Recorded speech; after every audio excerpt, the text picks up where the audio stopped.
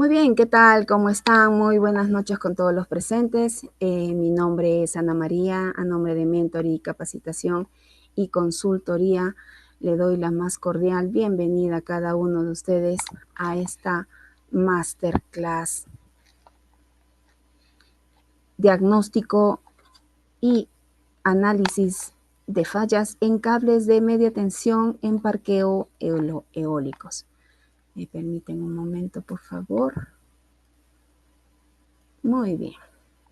A continuación, voy a leer los módulos que vamos a estar realizando en este programa internacional de especialización en técnicas de mantenimiento de cables eléctricos aislados. Bueno, los siguientes módulos que vamos a tratar serán introducción a los sistemas de cables eléctricos, componentes de los cables eléctricos, parámetros eléctricos y principales físicos de los cables. También veremos selección y dimensionamiento en cables eléctricos. Tendremos un taller, la instalación de cables eléctricos subterráneos, estratégicas de mantenimiento de cables eléctricos, tecnologías avanzadas en sistemas de cables, talleres prácticos y aplicaciones en el mantenimiento de cables.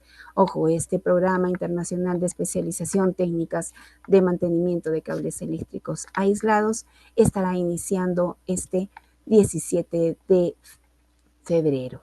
A continuación, les leeré un poquito del perfil del docente, el ingeniero Alberto Tupac Yupanqui. Él es ingeniero mecánico eléctrico de la Universidad Nacional de Ingeniería, con un MBA en Dirección de Proyectos por EALDE Business School y la Universidad Rey Juan Carlos, junto con certificaciones especializadas como ISO 18436 en vibraciones, lubricantes y ultrasonidos. Él cuenta con más de 13 años de experiencia profesional en generación renovable, hidroeólica, solar, en sistemas de transmisión. Ha liderado proyectos en empresas como Enel y Statkraft, destacándose en innovación tecnológica, mantenimiento predictivo y monitoreo de condición. Él actualmente trabaja en Origin como especialista en soporte técnico en OIM, donde lidera estrategias en operación y mantenimiento en generación renovable, enfocándose en plantas eólicas y solares. Bien, antes de comenzar, quiero darles unos últimos comunicados. Esto con el fin de que no se pierda esta masterclass. Cuidemos, por favor, los micrófonos. También es muy importante que cuidemos los cursores y evitar de rayar la pantalla. Eso es muy importante también, ¿sí? Sin más, le daré el pase al ingeniero Alberto, que está ya con nosotros. Ingeniero, damos inicio a esta masterclass. Bienvenido, ingeniero. Hola Anita, buenas noches. Buenas noches con todos. Muchas gracias por la presentación. Gracias a todos los colegas por conectarse, ¿no? ¿Me escuchas bien, Anita, no? Perfecto, ingeniero. Voy a proyectar pantalla y me confirmas, por favor. Pues, ¿me avisa si se ve bien? Sí, ahora sí. Pongo modo presentación, un minuto. Sí, por favor.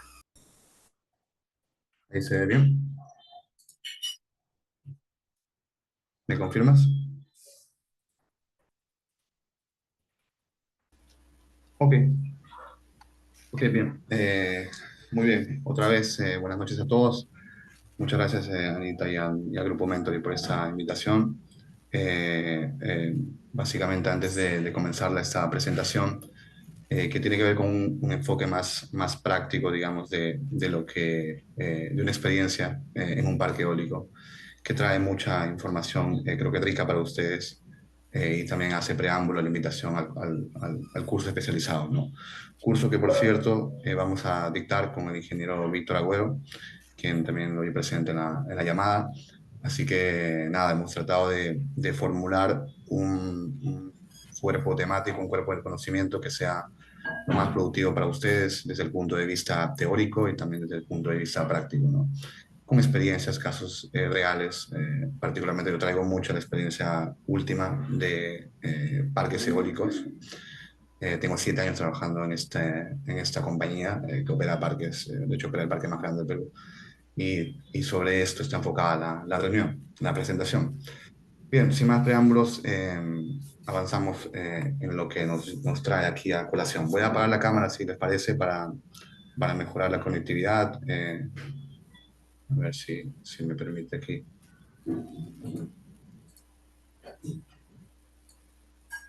Ahora sí. Bien, eh, la idea de esta presentación es dar unos matices de lo que vamos a ver en el curso. Eh, Claramente por una hora de tiempo no se puede profundizar todos los conceptos, pero voy a tratar de avanzar un poco para enfocarnos en lo que nos interesa, cables, ¿ya? Nuestro caso de estudio tiene que ver con un parque eólico de 132 megas, 42 turbinas eólicas, con redes de transmisión subterráneas en media tensión. Típicamente aquí en Perú y en la mayoría de parques del mundo, la red de media tensión es 33 kV. Hablamos de una red de extensión total de unos 150 kilómetros de cable total, con circuitos, 7 circuitos de media tensión que van el más grande hasta los 10 kilómetros, ¿no? En los tramos de cabecera, que vienen a ser los circuitos superiores 1 y 2, según el esquema que le presento en pantalla. ¿Qué hemos tenido en este parque?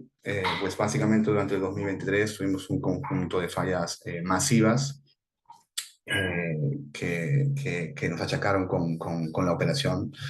Y básicamente ocurrieron en una temporada de verano, inició desde un tramo del circuito, de los circuitos 2 3 y 4. Ahora vamos a enfocarnos en esos 3 circuitos.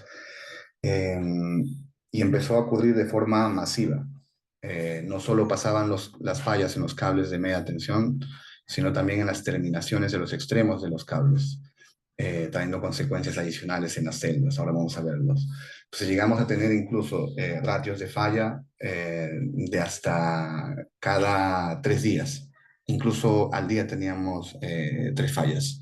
Entonces fue un tema muy complejo de resolver, como entenderán, y un tema complejo también de entender desde el punto de vista de análisis de falla, ¿no? Eh, Bien, entonces tuvimos fallas en cables, tuvimos fallas en terminaciones y tuvimos fallas también en celdas de media tensión. Hay una zona en particular a la que vamos a enfocarnos en la presente exposición que tiene que ver con una concentración de la mayoría de cables que salen desde la subestación está aquí, y se van derivando o distribuyendo los diferentes circuitos de media tensión, ¿no? Prácticamente 6 de los 7 circuitos se concentran por esta única ruta, digamos, ¿no? Que le hemos denominado la zona de la curva, la zona de curva en parque, ¿no? Es como típicamente lo hemos llamado. Bien, esa es la zona troncal del que les hablaba. Básicamente, eh, tuvimos muchísimas fallas aquí, todas concentradas en la curvatura que llevaban a la mayor cantidad de circuitos. La mayoría de circuitos son cables, digamos, en trifoil, dispuestos en trifoil, directamente enterrados. Ahora vamos a ver las características del cable. Es un cable XLPE, clase de 34.5 kV. Y básicamente algunos de los circuitos también tienen, digamos, doble terna, pero la concentración de fallas, como les comento, estaban enfocadas en los circuitos 2 3 y 4, donde tuvimos casi toda la incidencia de fallos. No solo tuvimos fallos en esta zona, también tuvimos fallos distribuidos en el resto de los tramos, de los cables, porque, y ahora lo vamos a explicar cómo desenlaza este análisis, teníamos un problema gordo de diseño de la instalación. ¿Okay? ¿Cómo es que fueron evolucionando las tasas de fallas? Solo como dato, este parque entró en operación en 2018. Básicamente comenzamos con muy poquitas fallas, eventos puntuales, de hecho. Solamente aquí estoy discriminando problemas en cable, no en accesorios, ni en empalmes, ni en terminales. Pero es muy usual el primer año, segundo año de la operación en un parque tener muchos problemas en terminaciones y empalmes, ¿ya? Para que también lo sepan. De hecho, eso va a formar parte también del curso, el análisis forense, el análisis post-mortem y también los diagnósticos asociados a esos accesorios. Un poco más de zoom a las características de los fallos, cómo es que se empezaron a enfocar los fallos, que inicialmente empezaron por la zona de la curva, pero eventualmente se fueron transmitiendo al resto de la instalación, sobre todo los tramos de cabecera, los circuitos más largos, y los circuitos que compartían más cables adyacentes, ¿no? Entonces tuvimos mucha casuística de fallos en la zona que le llamamos en la troncal recta, que es un tramo bien largo de casi 5 kilómetros o casi 4 o 5 kilómetros antes de llegar a las cabeceras de los circuitos. Eh, Gran parte de los fallos en la mayoría de los cables se enfocaron en la fase central, en la fase S, por alguna razón, ya lo vamos a ver un poco más. En algunos de los circuitos era un poco más distribuido como el circuito 4, tuvimos distribuciones en las fases adyacentes. Incluso tuvimos un caso de falla bifásica muy curioso, que se dio en la terminación, ojo, no en cable.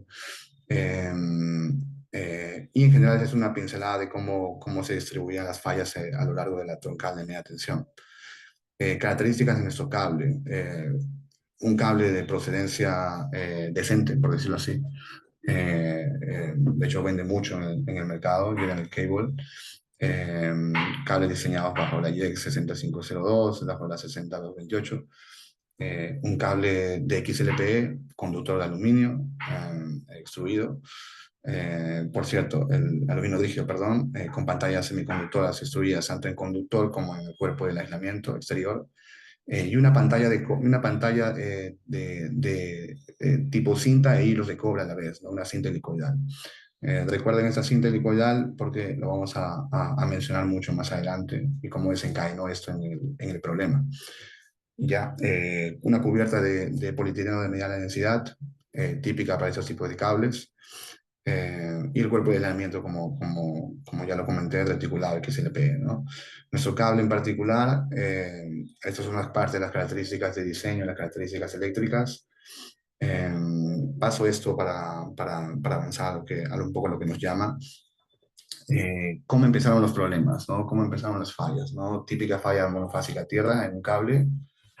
Para los que conocen un poco más de desempeño de evaluación de protecciones, eh, el comportamiento típico de una falla tierra, y eso quiero resaltar acá, es que genera una sobretensión, normalmente en el orden de 1,73 del valor nominal en las fases sanas, ¿no? Genera una sobretensión que incluso puede ser mayor. Hemos visto registro valores de 2,5 hasta 3 veces la tensión nominal en las fases sanas. Imagínense cómo impacta 60 fallas monofásicas a tierra en cuanto a sobretensiones a las que fue expuesto el cable. Esto es relevante también mencionarlo porque trae mucha colación y consecuencia, digamos, como una red de media tensión que claramente se diseña con soportabilidad o efectos de sobretensión grandes por la misma característica del parque eólico, pero exponer una red de media tensión a 60 fallas monofásicas trae consecuencias también, y lo vamos a ver. Entonces, típico comportamiento, como les decía, la fase fallada a tierra, las corrientes de falla típicamente están en el orden de los 200, 300, hasta 400 amperios. Encontramos casos incluso de un poco más. Eso también es bueno resaltarlo porque en nuestro caso hemos requerido reajustar el sistema de protecciones para que, como teníamos tantas fallas, para que el efecto de las fallas no sea tan destructivo y no dañe cables adyacentes, ¿no? Porque hay una particularidad que tuvo esta instalación que nos afectaba mucho, y ahora vamos a ver.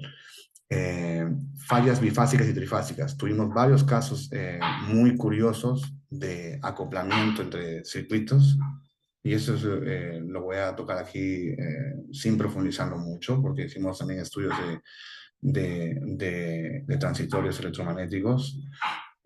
Pasaba mucho que la red de media tensión, esas mismas sobretensiones se acoplaban sobre todo en los extremos, y tenían su efecto sobre todo en los extremos de las celdas de media tensión, ¿no?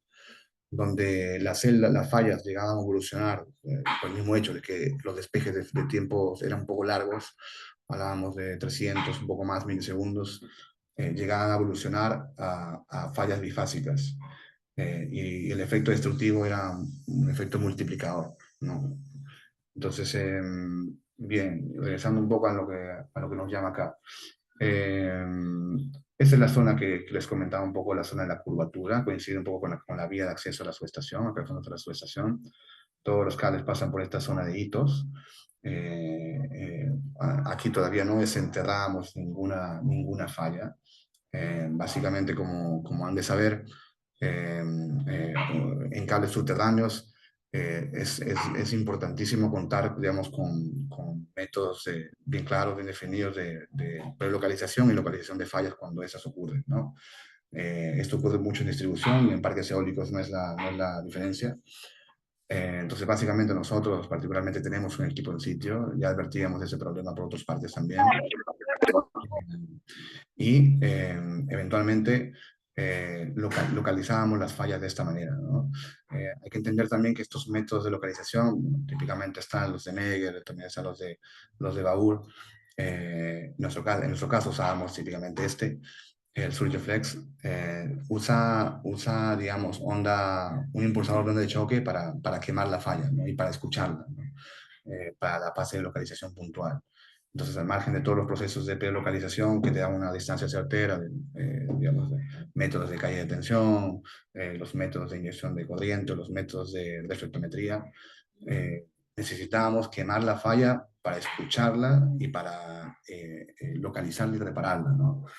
Entonces, ese proceso no fue tan sencillo al inicio, pero claramente después del tiempo nos volvimos expertos en esto, ¿no? Localizando fallas. Entonces, eh, esto es parte de la realidad que vivimos aquí, en este caso. Y un equipo de esos, o sea, con tantos eventos, se paga solo. Bien, ¿qué es lo que encontramos como inspección de campo, ya durante las excavaciones, ¿no? Nos dimos con varias sorpresas. Eh, y durante el curso vamos a explicar un poco con más profundidad los métodos forenses para diagnosticar ese tipo de problemas, ¿ya? Básicamente encontramos puntos de descarga como los que están aquí, por ejemplo, fueron los primeros, donde el efecto, me avisa si sale el puntero ya, donde el efecto en la parte superior, perdón, inferior derecha, ¿no? De los efectos destructivos del fallo eran mucho más intensificados. Eh, Tuvimos fallas de este tipo, donde los cables prácticamente adyacentes se colapsaban térmica, mecánicamente unos con otros. Tuvimos también casos mucho más puntuales, donde la falla básicamente se expresaba, digamos, como una picadura, un círculo bien pronunciado, una perforación bien pronunciada en el cable, en la cubierta y el polietileno, muy simétrica. Y esto, digamos, lo empezamos a encontrar sobre todo después de que limitamos un poco la protección o el desempeño de la protección, ¿no? Limitamos un poco el tiempo de actuación de la protección, lo reducimos bastante, en verdad. No lo pudimos bajar mucho porque perdíamos también selectividad con la turbina. Es un parque eólico, recordarán. Y encontramos otra sorpresa, que muchos de los cables no respetaban la mínima distancia de seguridad, ¿no? Y eso nos llamó mucho la atención porque ya había un diseño preestablecido en el parque que mandaba al menos 25 centímetros de separación entre terna y terna, ¿no? Los cables aquí, como están aquí, en muchos de los casos los hemos tenido estos vienen dispuestos en trifoil, con precintos asegurados, los hemos tenido que soltar para poder repararlos, obviamente. Entonces, la disposición al final terminó así, ¿no? Como un tallarín, todo al lado de otro, pero claramente las disposiciones iniciales entre ternas no respetaban las distancias originales, ¿no? Las distancias de la ingeniería inicial. Entonces, perdón. Eh, un poco más de suma digamos, a la morfología del corto, a la morfología de la descarga. Digamos, parte del efecto del cortocircuito, digamos, de la expulsión de los gases que generaba justo el camino a tierra. Recordarán que estas descargas iban básicamente desde el conductor hacia la pantalla del cable, y básicamente luego drenaba esto a tierra. También se hizo que una verificación intensa de las mediciones de puesta a tierra en las turbinas, ¿no? En las turbinas y en la subestación. y cómo funciona esta red de forma interconectada. Y todo un estudio para el diseño de sistemas de puesta a tierra en parques eólicos. Ya hay también están las normas de referencia, ¿no? La IEEE, la 27766, si quieren involucrarse un poco más en eso. Entonces, hay consideraciones para el diseño de puesta a tierra también, y tiene que ver mucho con cómo se desempeñan también las fallas en los cables, ¿no? Eh, eh, por corrientes de retorno, tensiones de retorno, etcétera, etcétera. Y también las corrientes que se inducen por pantalla, ¿no? Claro, lo vamos a ver. Bien, los efectos que también tuvimos en cuanto a los terminaciones terminaciones de las celdas. Eh, Como les decía, los efectos de sobretensión fueron muy, eh,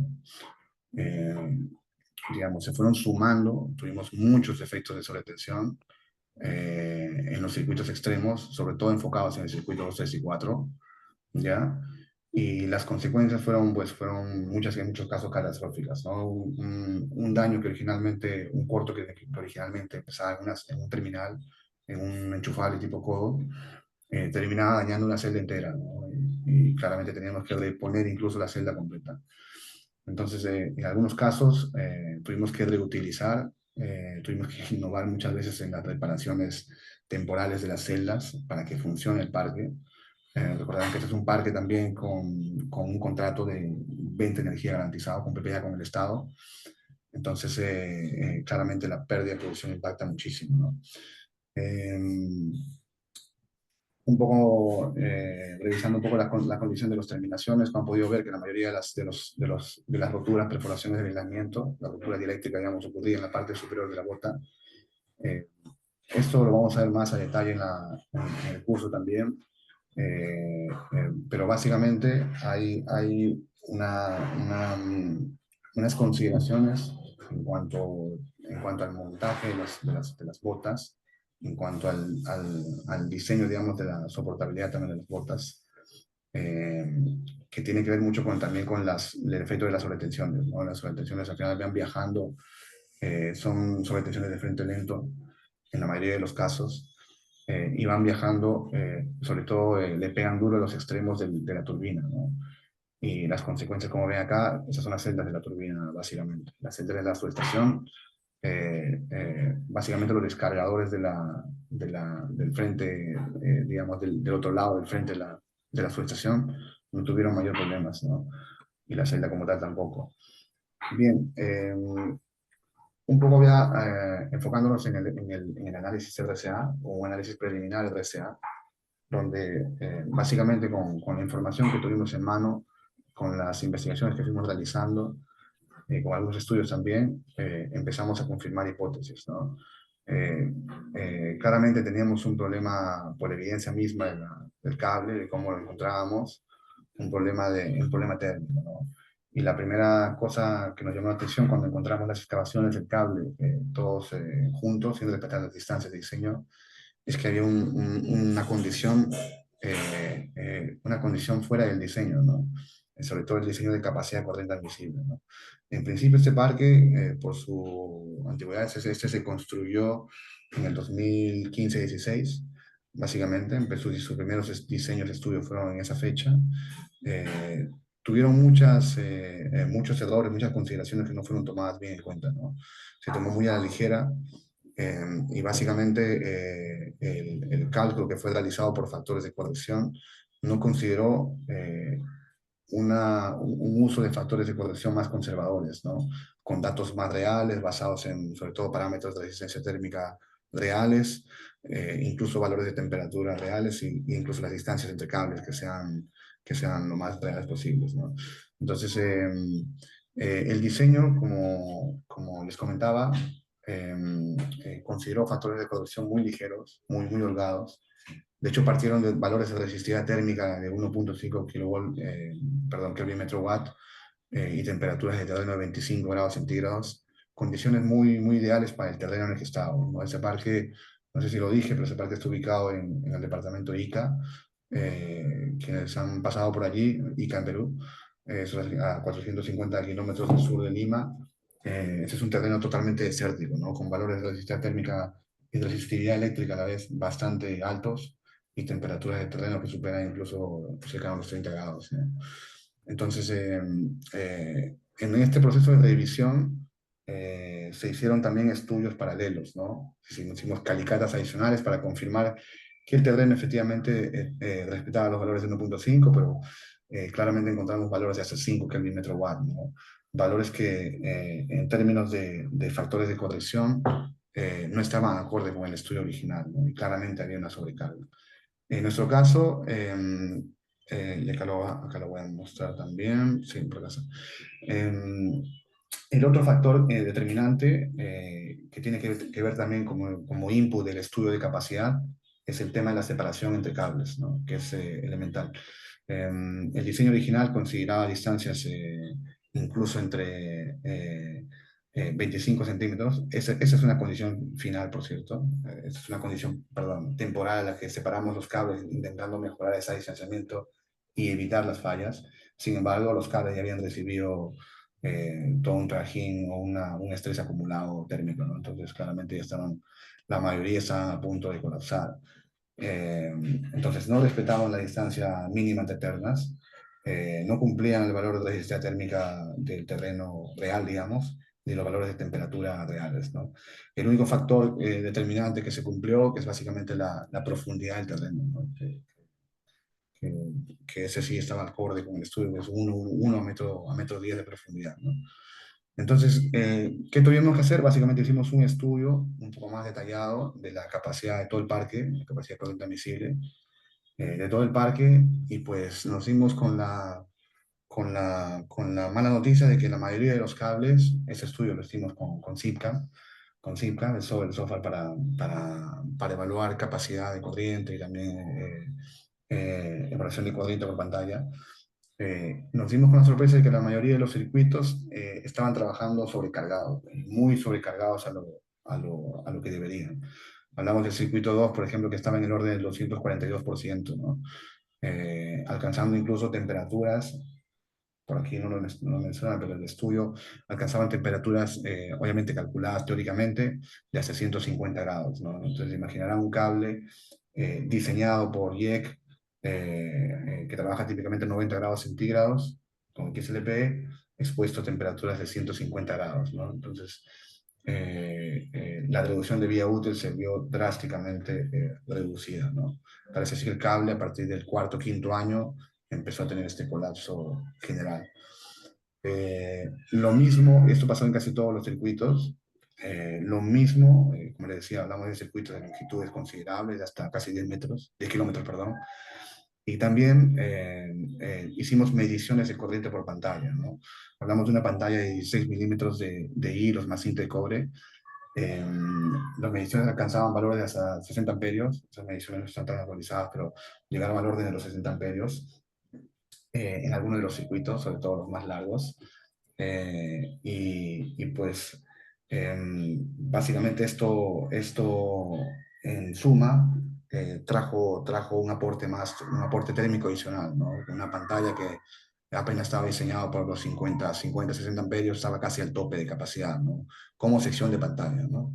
Claramente todas esas premisas se han considerado mejorarlas en los nuevos proyectos, ¿no? Porque eso sí ha traído a colación mucho ese tema. Lo mismo con el tema de la capacidad de corriente, perdón, de la excesiva corriente por pantalla. Lo dicho, básicamente esto aporta un efecto térmico adicional al cable en general y finalmente trajo el colapso del cable, ¿no? Esos son parte de los registros de las mediciones por pantalla. Noten bien este tipo de marcas, por ejemplo, que lo vamos a ver más adelante, las marcas de calentamiento o las marcas que formaban la cinta helicoidal sobre la propia cubierta, ¿no? Eso es interesante porque ya nos dieron también más sospechas de que el cable, el XLPE y también la coloración del XLPE estaba generando un efecto de dilatación radial bien considerable, ¿no? Al punto de que marcaba la cinta, la cinta helicoidal de la pantalla sobre la cubierta, ¿no? Una cubierta de polietileno de mediana densidad, es bastante dura. Entonces, estas mismas marcas también las fuimos encontrando en el propio conductor, ¿no? Que aquí pueden notar unas tonalidades un poco cafés, digamos, no sé si se ve bien acá la marca liquidar de la pantalla, pero lo fuimos notando en cuanto íbamos haciendo las reparaciones, en cuanto íbamos descubriendo más, un poco más las fallas, ¿no? Lamentablemente nos tocó encontrarlo en esta etapa.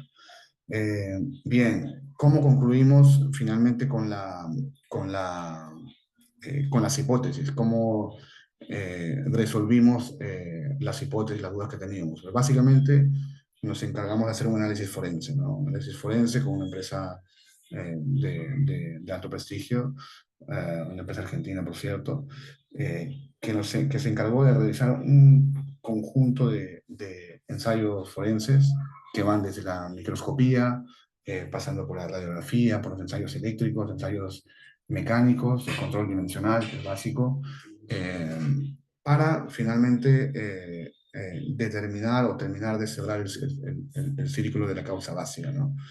Entonces, algunas evidencias de lo que se hizo en la fase del post-mortem, en la fase del análisis forense, y notamos algunas cosas interesantes, ¿no? Analizamos cada una de las morfologías de los diferentes tipos de falla, analizamos varias muestras, de hecho, entre 5 o 6 muestras. Eso es algo que se resalta mucho aquí, lo que pueden ver en en la foto derecha, en la radiografía, que todas las descargas iban o direccionaban, apuntaban en el paso de la cinta helicoidal, ¿no? Entonces, justo por donde hacía el paso de la cinta helicoidal, ahí terminaban las descargas, ¿no? Tanto pasó en la muestra 4, 5, 6. La muestra 3, que tiene que ver con esta muestra de aquí, básicamente aquí la cinta helicoidal se desapareció, ¿no? Fue tanto el efecto del fallo, el cable casi se vino seccionado en dos, y fue muy drástico esa falla, ¿no? Esas fueron de las primeras fallas que tuvimos, donde el desempeño de la protección todavía no estaba muy afinado, por decirlo así. Hicimos también el control por microscopía, para medir los espesores de semiconductor interna, por ejemplo. Lo que ven aquí es el conductor por dentro y el semiconductor externa. Y básicamente respecto a la semiconductora se mantenía el control dimensional. Entonces hablábamos ya desde aquí de que por lo menos el control dimensional, los ensayos mecánicos, los ensayos eléctricos en el cable estaban pasando, eh, pero claramente había acá una, una, una evidencia que marcaba un poco lo que vamos a explicar ahora sobre el origen del fallo, ¿no? Entonces, un poco para concluir esta parte, eh, y lo dicho, esto es una pincelada un poco de lo que se va a ver en el curso. Del análisis de las muestras, básicamente, se ha encontrado eso ha sido común en todas las muestras analizadas, un modo de falla recurrente. Se ha evidenciado un claro daño en el aislamiento, producto del efecto de la dilatación, claramente por la sobretemperatura a la que fueron expuestos los cables.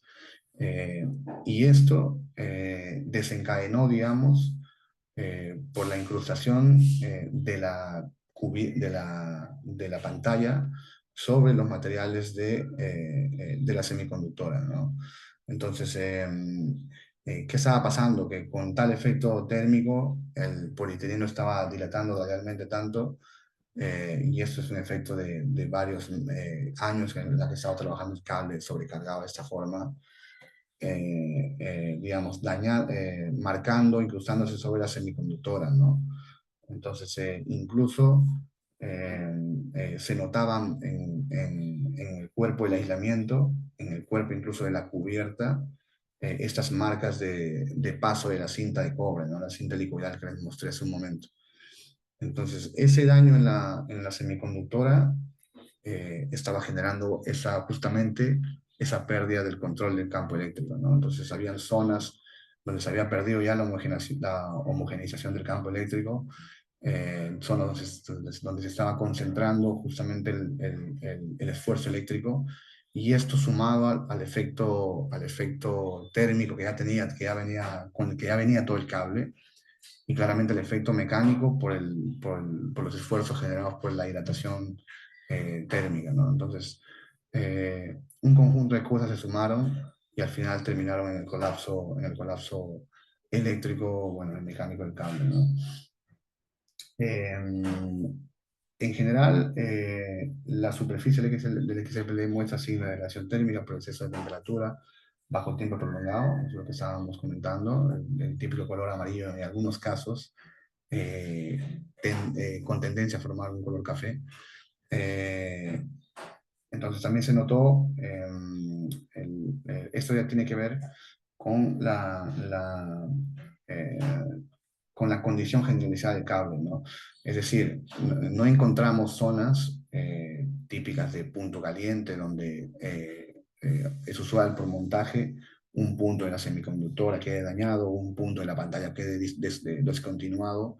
Típicamente eso genera hotspot en el cable. Eso no se encontró en ninguna de las muestras.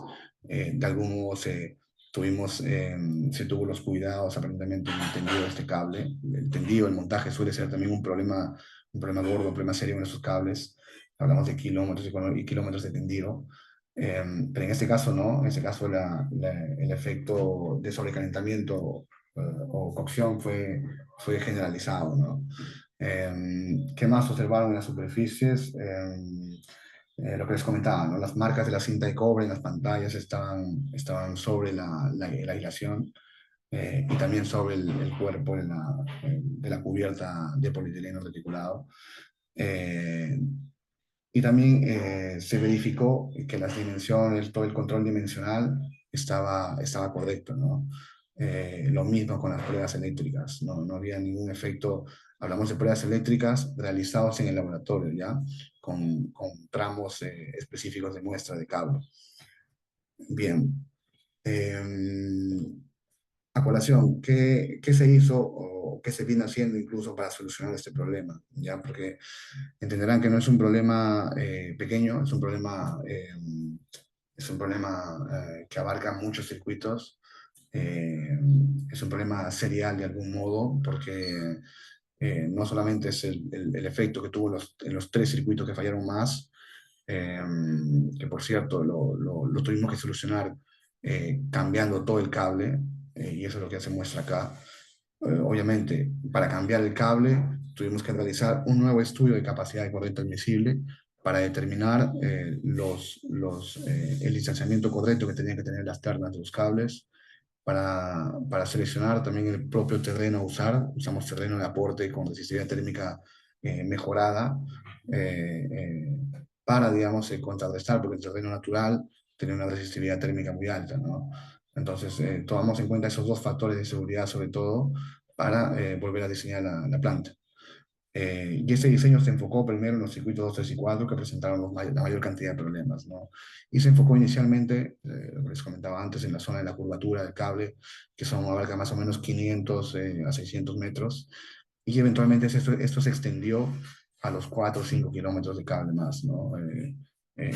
Claro, por longitud total, por longitud, perdón, del tramo, ¿no? Si lo multiplicamos por las 9 cables, eso nos sale más de 40 kilómetros, ¿no? Eso que se ha tenido que comprar, se ha tenido que montar e instalar, ¿no? Es un problema gordo, en verdad, es un problema de rediseñar la instalación, de invertir, digamos, en suministros de cables, prácticamente como debería ser la red de media tensión, ¿no? Entonces, un poco para ir reflexionando en esa problemática que suele a veces ser pasado por alto, pero es muy importante tenerlo en cuenta en el diseño de este tipo de proyectos. Lo mismo que les comentaba, el tramo más largo, aquí cambiamos de hecho casi una zona de 3 kilómetros, un poco más, eh, para, digamos, diseñar los tres, siempre pensando en los tres circuitos, que presentaban el mayor problema por ahora, ¿no? Obviamente, como les decía, casi todos los circuitos partían de un mal diseño, entonces hoy por hoy seguimos investigando, digamos, o haciendo algunos ensayos adicionales para evaluar, monitorizar los cables que no se han cambiado. Hay un seguimiento particular mediante pruebas eléctricas y también mediante análisis de vía remanente en muestras de cable, para entender cuándo va a ser el momento oportuno para cambiar el resto de los cables, ¿no? Que por ahora les decía que no están fallando. Pero básicamente esto trajo a colación este fallo de diseño, ¿no? Ya como estrategia, digamos, en sitio, como montaje, Obviamente hay que prever la cantidad de repuestos necesarios. De hecho, para ese tramo, el tramo más pequeño, usamos unos 30 empalmes. Para el tramo más largo usamos casi 90, no, perdón, 120 empalmes. Y básicamente todo lo que correspondería a las pruebas de aceptación, a las primeras pruebas de aceptación también, ¿no? Una particularidad aquí, porque hablamos de cables con un valor de capacitancia total, si no me equivoco, encima de los 2-3 microfaradios. Y digamos, si tramos en longitudes de cable de hasta 10 kilómetros, las típicas o las maletas usuales para media tensión no suelen tener capacidad, digamos, para inyectar tanta corriente y superar la energía del cable, ¿no? Entonces, típicamente la capacitancia de la maleta tiene que ser superior por un factor a la capacitancia del cable, ¿no? Y eso lo vamos a ver un poco más en el curso con las pruebas. Digamos, para lograr las tensiones, los factores de tensión que piden las normas, ¿no? Típicamente en mantenimiento 1.4, si no me equivoco, y en las pruebas de aceptación hasta 1.7 de la tensión nominal, ¿no? En fuente BDF, por ejemplo, ¿no? Un poco más también de lo que implicó todo este problema en cuanto a montaje, toda una planificación necesaria y recursos para cambiar los cables de la planta. Como les decía, ese es un trabajo que hoy por hoy todavía se sigue haciendo, ¿no? Eh, Finalmente, el cambio de cables, digamos, como es que se tiene predispuesto por ahora, es una vista un poco más macro del parque. Eh, ya se ha cambiado parte de ese tramo, el tramo de la curvatura, la llegada a la subestación también, una parte. Se viene cambiando incluso todo el tramo troncal, el más largo que está aquí, que son más o menos 2,5 kilómetros, 2,3 kilómetros, y se va a extender el cambio hasta la parte de la derivación al siguiente circuito, ¿no? eh, digamos, la decisión del cambio del cable, hoy por hoy se viene haciendo basado principalmente en el análisis de vía remanente, tomando algunas muestras del cable. También hemos instalado algunas chimeneas de monitoreo termográfico para los cables. Y también se tienen que complementar con las pruebas eléctricas periódicas, ¿no? Obviamente con las maletas que tengan la capacidad apropiada para hacerlo, ¿no? Lo que les decía, ¿no? Hablamos de cables de hasta 10 kilómetros que tienen, digamos, maletas incluso de 60 kilovoltios, ¿no? Y no es usual ni barato traer maletas para probar cables a cada rato, ¿no? Entonces, eso también para consideración en esa instalación en particular, pero que seguramente la mayoría de instalaciones tienen también como consideración, ¿no? Eh, y un poco para cerrar con algunas reflexiones finales, digamos, en cuanto a la problemática, eh, eh, pues básicamente, como los iba comentando, se ha apreciado un mecanismo de gradación, digamos, eh, similar en casi todos los fallos, tanto previo y durante el proceso posterior a la falla. Eh, la perforación, digamos, del epicentro está referenciado o tiene un paso justamente por donde la cinta helicoidal de cobre hace su recorrido, ¿no? Entonces, claramente eso confirma la hipótesis que la cinta helicoidal terminó dañando la semiconductora y por ahí eventualmente fue haciendo o eventualmente se fue concentrando el campo eléctrico y generando la descarga a tierra. Eh, Todas las muestras exhiben evidencia sobre calentamiento generalizado, no concentrado, no hablamos de puntos calientes acá, hablamos básicamente de una condición de pérdida de capacidad o de diseño inapropiado que generó este efecto de sobrecalentamiento. Con sobrecalentamiento nos referimos a que el cable trabajaba encima de los 90 grados, el conductor, y claramente eso se ha reflejado en el cable y todas las partes que componen el cable. Eh, Todas las muestras también han recibido influencia térmica de las fallas adyacentes, de los circuitos adyacentes, considerando el tipo de instalación, el tipo de separación con el que encontramos los conductores o los cables, perdón, mostraban mucha influencia térmica de los circuitos de al lado. Eh, Como cable, como condición mecánica eléctrica, el cable estaba bien constituido, no presentaba ninguna observación relevante. De hecho, en muchos casos el cable pasó las pruebas eléctricas preliminares, pruebas pruebas típicas de cargas parciales o pruebas típicas de tangente delta.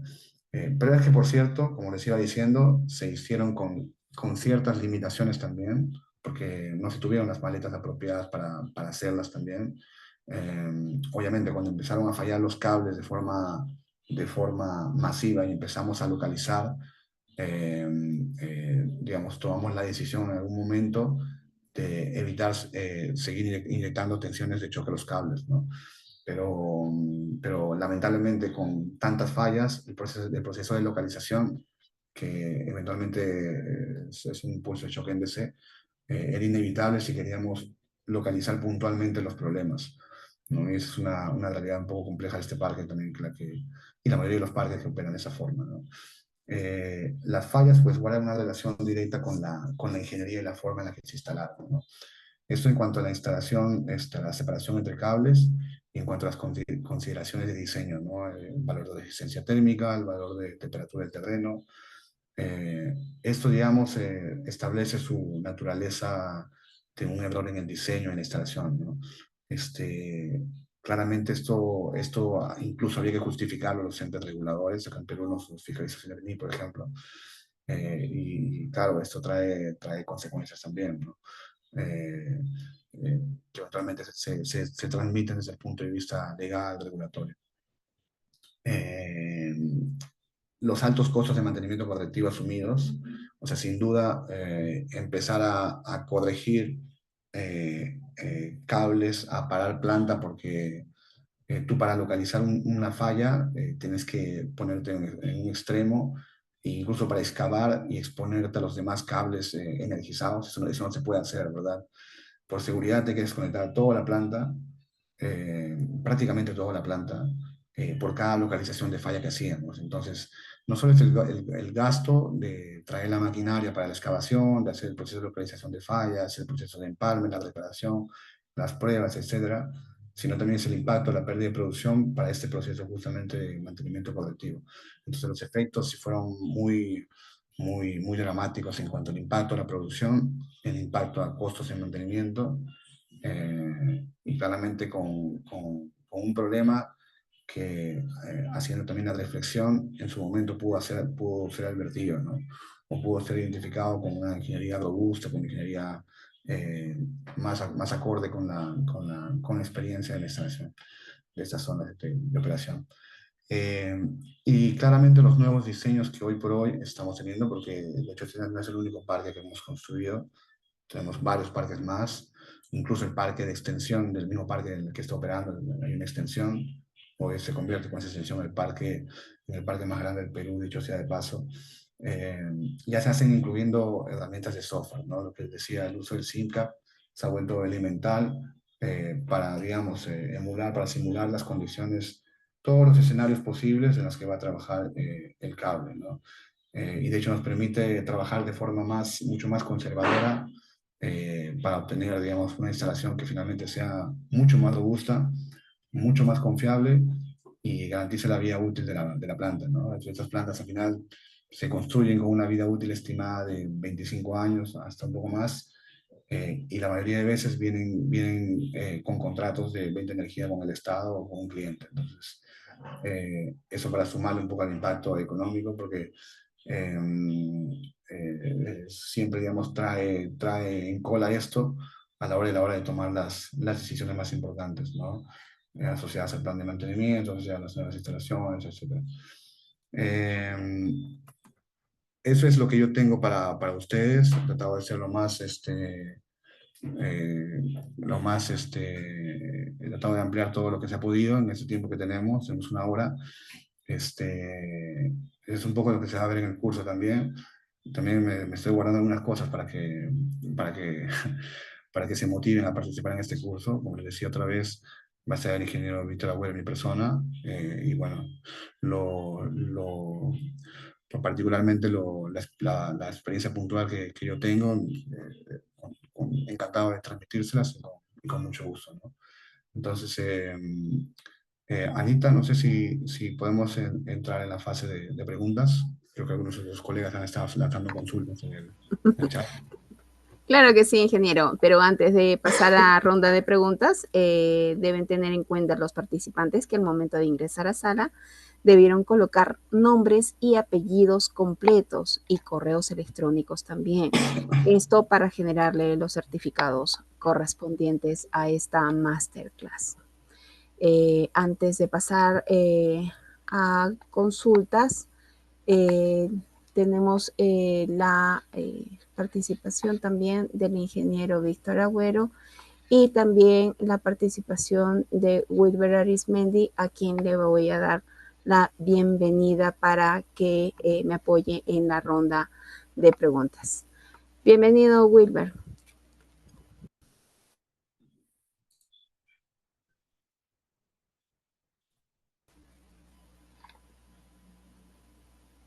¿Se encuentra en sala, Wilber?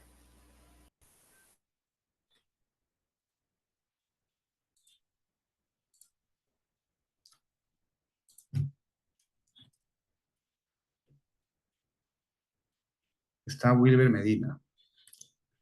Sí, presente. Wilber Arismendi. Ya, bueno, entonces continuamos. En todo caso, los participantes que quieren hacer las consultas tienen el micro abierto. En todo caso, utilizaremos el chat para no perder más tiempo, ¿correcto? Adelante, Wilber Medina. Quizás tengas alguna consulta para el ingeniero.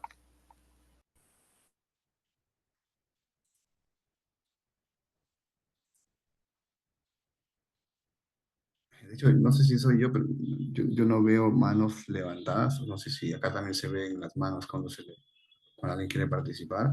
No, hasta ahorita nadie, pero sí Pero tengo unas cuantas. lo Ahí tengo sí, en el chat. Milton. Milton Omar García. Adelante, Milton, bienvenido.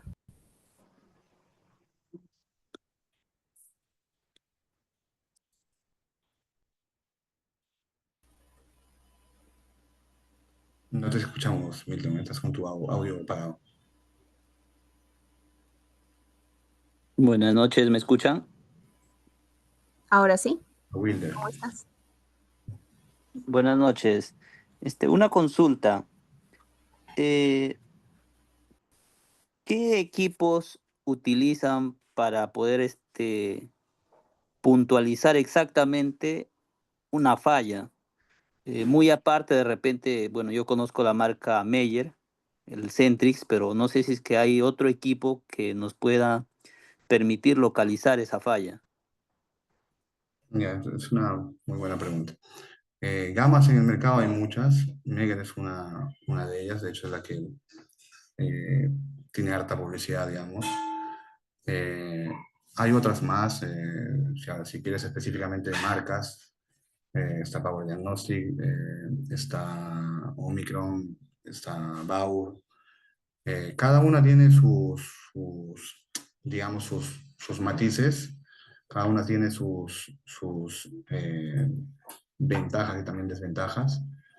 Hay que entender también que empresas eléctricas, eh, dependiendo mucho del cable, del nivel de tensión del cable, del tipo de instalación, eh, no siempre, digamos, se obtiene el resultado que uno desea, ¿no?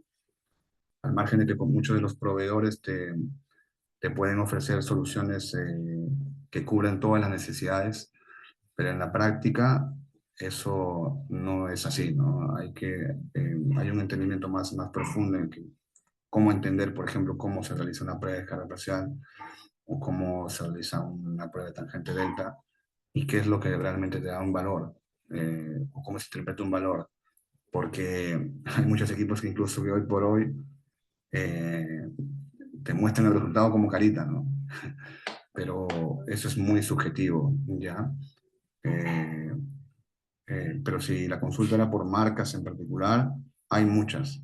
¿Cómo es que, digamos, quieres identificar un problema? Depende de varios factores, ¿no? Puedes apuntar a un método o a otro, o a un equipo en particular u otro. Pero al final hay que entender bien qué es la capacidad que tiene la maleta o no para cierto ensayo, ¿no? Sí, gracias. Muy aparte de eso, la consulta también iba porque como nosotros trabajamos, bueno, mi persona trabaja para una concesionaria, nosotros no realizamos prueba de tangente delta ni descarga parciales. Nosotros solamente hacemos prueba en los cables para la puesta en servicio, que sería cuando hay interrupciones en ese caso, ¿no? Y normalmente lo probamos con DC, pero en ocasiones también nos toca localizar las fallas. Y bueno, nosotros acá en Perú tenemos diferentes tipos de cables. ¿Cómo podría saber la velocidad de propagación para un determinado cable, considerando que tenemos cables aislados en aceite, con papel, eh, EPR?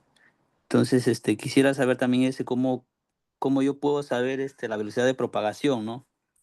No sé si es que de repente ustedes cuentan con alguna tabla o cómo lo regulan eso. Sí, hay algunas referencias normativas. Mira, ahora no las tengo a la mano, eh, pero como indicas, depende mucho del medio aislante, ¿no? Una cosa es el XLPE, que hoy por hoy es la tecnología más común, y otra cosa es cables sumergidos en aceite, ¿no? De hecho, hoy por hoy, por lo menos en Perú, nosotros, por ejemplo, teníamos cables sumergidos en aceite 220 kV, muy antiguos, que ahora los estamos migrando todo a tecnología seco, ¿no? En seco, a- a sumergidos perdón, a XLP. Eh, lo dicho, ¿no? Hay equipos, digamos, que te prometen a veces muchas cosas, pero hay que ser muy conscientes de cómo realizar la prueba y cuáles son las limitaciones de algunos equipos que están en el mercado. Eh, no tengo una referencia actual de datos a la mano de velocidades de propagación en cuanto a medios aislantes, pero es un tema que lo podemos responder si quieres luego de la charla. Sí, por favor, muchas gracias, sería muy amable. Yo lo tengo anotado. Buenas noches. Adelante, Milton. Ahora Buenas sí. noches. Disculpe que no Sí, haya podido conectar el audio, hace un momento tuve un pequeño problema. no, Quería hacer una consulta, ¿no? Ya que aquí veo que hay especialistas en el campo eólico. Yo quería consultar sobre instalaciones en el mar, parques eólicos en el mar. De plano, quiero hacer una investigación del recurso eólico justo en Ica, y quería saber si es que ustedes en su experiencia me podían recomendar algún aerogenerador que de repente funcione mejor en estas condiciones, las fallas que se presentarían, cosas características, ¿no? Ya que la investigación que pretendo hacer, más allá del estudio eólico, también es el dimensionamiento, ¿no? Entonces, estos son temas como de investigación. ¿De repente tienen alguna recomendación para mí? Eh, sí, el tema de la generación de la turbina, bueno, no es un poco el foco de la presentación, pero, pero mira, sin duda este es un tema muy amplio, ¿ya? Porque tienes que partir de la clasificación de viento que tienes en tu zona, ¿no? Hay turbinas de viento para cualquier ratio, hoy por hoy para cualquier ratio de velocidad. Clase IS 1 le llaman, según la 71400 para vientos bajos, o altos, perdón, o clase IS3 para vientos bajos. Este parque en particular es una clase IS2, vientos relativamente medios, no tan bajos. Ese es uno. En offshore, típicamente los perfiles de viento son más limpios, ¿no? Porque no tienes las interferencias que tienes en terreno como si fuera en onshore, que tienes una montaña al lado o no necesariamente encuentras un terreno totalmente llano. Eh, Eso hace que tus torres, por ejemplo, no sean tampoco tan altas. El problema complejo en las offshores es el tema de las cimentaciones, ¿no? Y un poco, metiendo un poco el tema de cable allí, los cables de diseño submarino tienen ya otras referencias para su diseño, ¿no? Tienen muchas más consideraciones, ¿no? No solo son las típicas protecciones AD7, AD8 que tienen los cables que trabajan sumergidos, sino ya incorporan protecciones radiales, longitudinales de ingreso de humedad, ¿no? Y en su diseño, naturalmente, tienen que ser mucho más confiables, ¿no? Porque eventualmente tener un fallo y repararlo en el mar no es lo mismo, ¿no?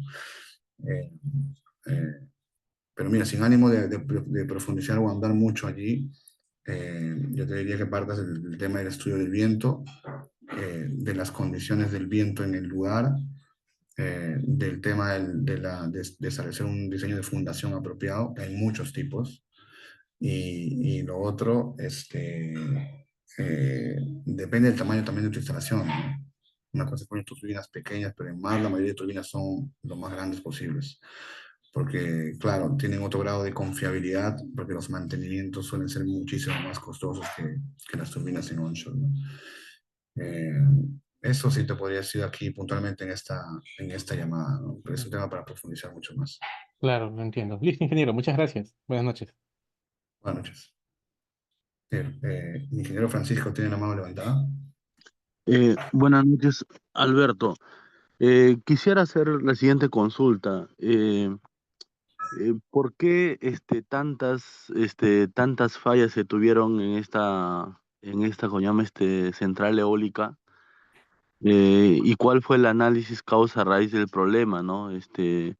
Bueno, yo tengo entendido, salvo que sea común en este tipo de instalaciones, pero el tiempo de vida útil o el índice de falla de cables de media tensión es un poco más, de acuerdo considerando la cantidad de años que tiene Guaira, ¿no? Y qué tipos de fallas se hicieron, las fallas antes de la instalación, ¿no? Pruebas antes de la puesta en servicio.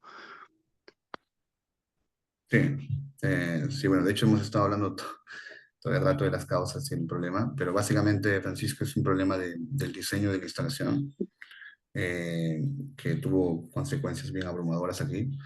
Eh, lo dicho, ¿no? Ahí el cable estuvo trabajando por este mal diseño de capacidad de corriente a temperaturas cercanas a los 150 grados, ¿no? Eso, considerando que un cable está diseñado, este cable diseñado por la 60502 o la 6228, no debería trabajar, debería trabajar máximo a 90 grados, ¿no?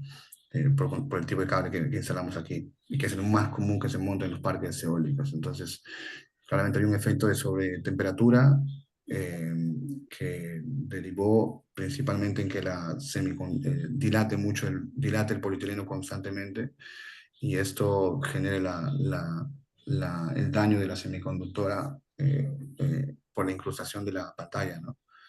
Y eso finalmente un cable en general, como la mayoría de saber, un cable cuando empieza a tener, y accesorio en general, empalme, terminal, cuando empieza a dañarse la semiconductora, eh, ya la muerte se acerca, ¿no? Ya no tienen control ni confinamiento de fuerzas eléctricos. Y ahí empieza a puntualizarse, a enfocarse el problema, y finalmente termina colapsando, ¿no? No suele pasar mucho tiempo desde que eso ocurre. Nosotros hemos tenido muchos casos de accesorios que se han dañado la semiconductora, y a las semanas eso colapsa, ¿no? Naturalmente, para eso hablamos siempre de 33 kV, probablemente en menos nivel de tensión sean menos esfuerzos, pero en más nivel de tensión los esfuerzos son aún más grandes, ¿no? Entonces, eh, eh, por eso es muy importante cuidar la semiconductora. ¿Qué pruebas se hicieron al inicio? Típicamente los parques aquí, por exigencia, digamos, de la compañía, que también es normativa de cada compañía. El colega en la anterior consulta indicó que ellos no hacen pruebas eléctricas, por ejemplo, de dejar la parcial de tangente delta. Nosotros tampoco es que la hagamos todo el tiempo. Como les decía, las frecuencias típicas de mantenimiento son 3, 4, 5 años para pruebas. Si un cable está bien, en general no debería tener problemas. Eh, eh, pero acá estos cables nacen siempre con una tensión soportada BLF, bajo la IEEE 400, eh, descargas parciales también bajo el IEEE 400.3, y tangente delta no lo hacemos ensayo de cubierta, bueno, y resistencia de aislamiento, ¿no? Con los ensayos de cubierta, con los ensayos de descargas parciales, ensayos de tensión soportada, tratamos de cubrirnos lo más posible, en que los cables ingresen en operación bien, ingresen sin fallas, pero eso no evita, ojo, eso no evita que los cables aún así presenten fallas, y ocurre mucho. Eh, por eso decía, el tema de pruebas tiene muchas consideraciones en cuanto a su ejecución, porque al final lo que se vende en el mercado, hay que ser bien claros en esto, no es la solución mágica, ¿ya? Eso, y se generan en pruebas en equipos primarios, en pruebas en transformadores, pasa algo similar. La idea es un poco representar el circuito eléctrico que esté bien, que el cuerpo de aislamiento esté íntegro, para no tener fallas garrafales, pero las fallas aún así se presentan durante la vida útil del proyecto, ¿no? Por diferentes razones, ¿ya? Eso te respondería. Listo. Gracias, Alberto. Christian, Paul y Brian Byron, perdón, están con la mano levantada. Sí. Byron, adelante, Byron. Creo que Christian fue primero, ¿confirma? ¿O no sé? Perdón. Entonces, le damos el pase a Cristian, segundo Byron y tercero Paul, ¿sí? Adelante, Cristian.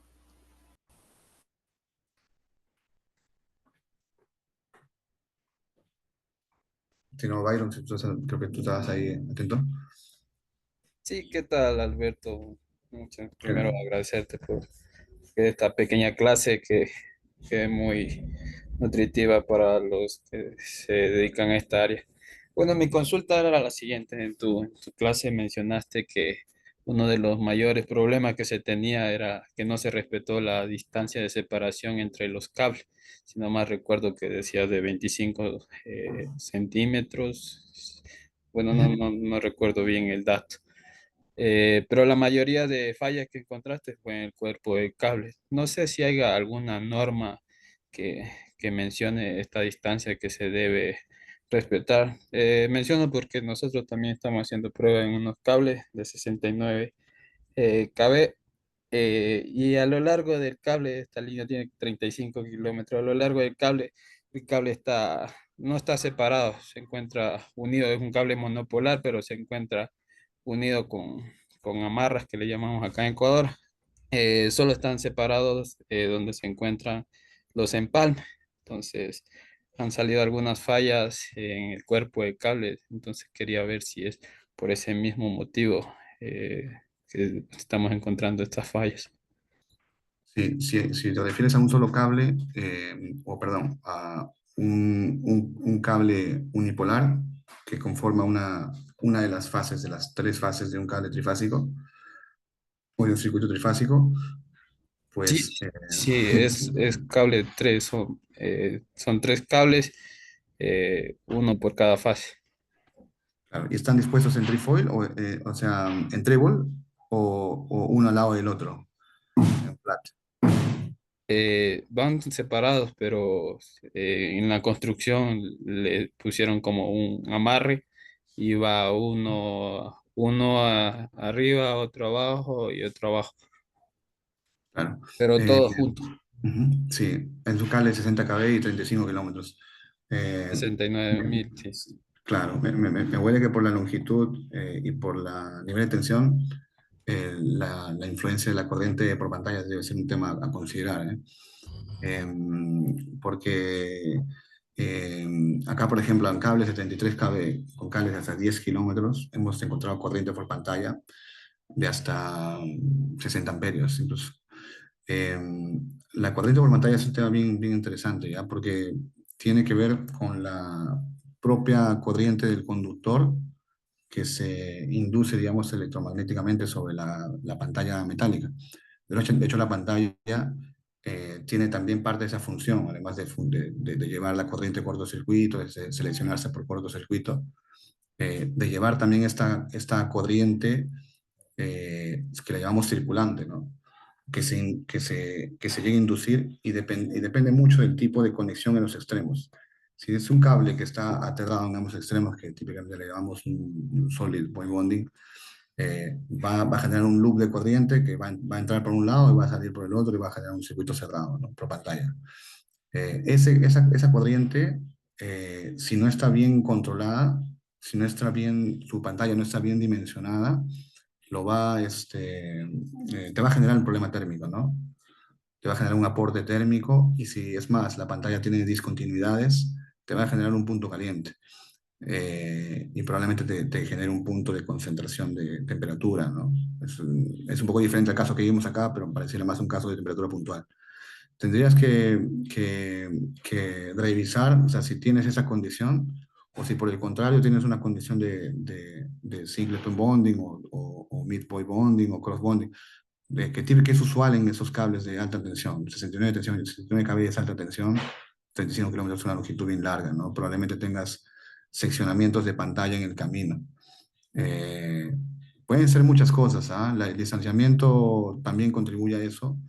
Si es un solo circuito, pensaría que no hay mucha influencia, salvo que vaya en ductería, del problema térmico de capacidad del cable.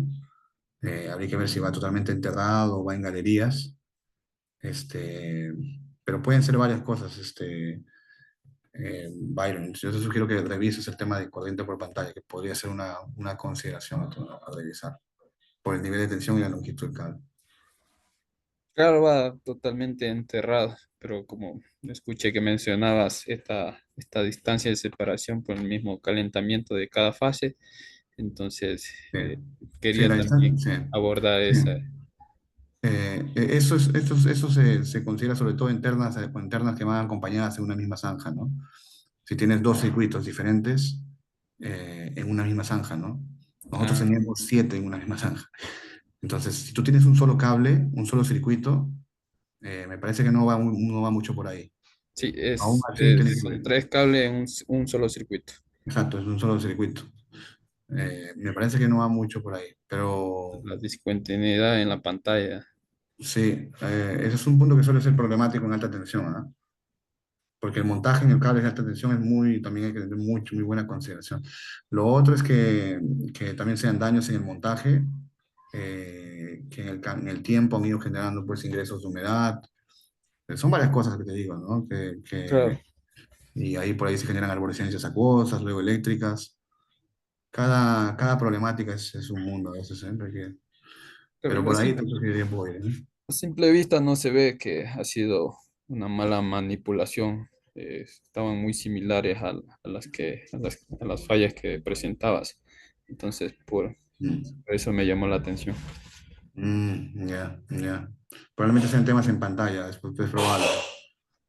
O temas incluso del montaje, que se dañó la cubierta, se dañó Chaqueta. a veces no hace falta que se perfore la cubierta, a veces falta que solamente que se abolle la segunda, se aplaste la cubierta, no se parte, pero finalmente genera un aplastamiento dentro de la semiconductora, ¿no? Y ahí un punto débil. También sería recomendable que con ese nivel de cable de tensión, pensar bien en las pruebas eléctricas, ¿no? Seguramente no creo que sea un cable continuo de 35 kilómetros, debe tener buzones intermedios o seccionamientos en el que probablemente sea útil hacer algún ensayo eléctrico, ¿no? Para que te dé más información. Ya, muchas gracias, Alberto.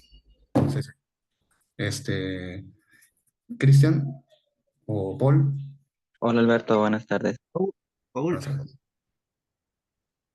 Alberto, una consulta. En generación de energía solar, ¿por qué se presentan fallas en el cable de media tensión en horas de la noche? Si este ya no tiene carga, ya no tiene corriente. Ujú. Sí, esa es una pregunta interesante, ¿ah?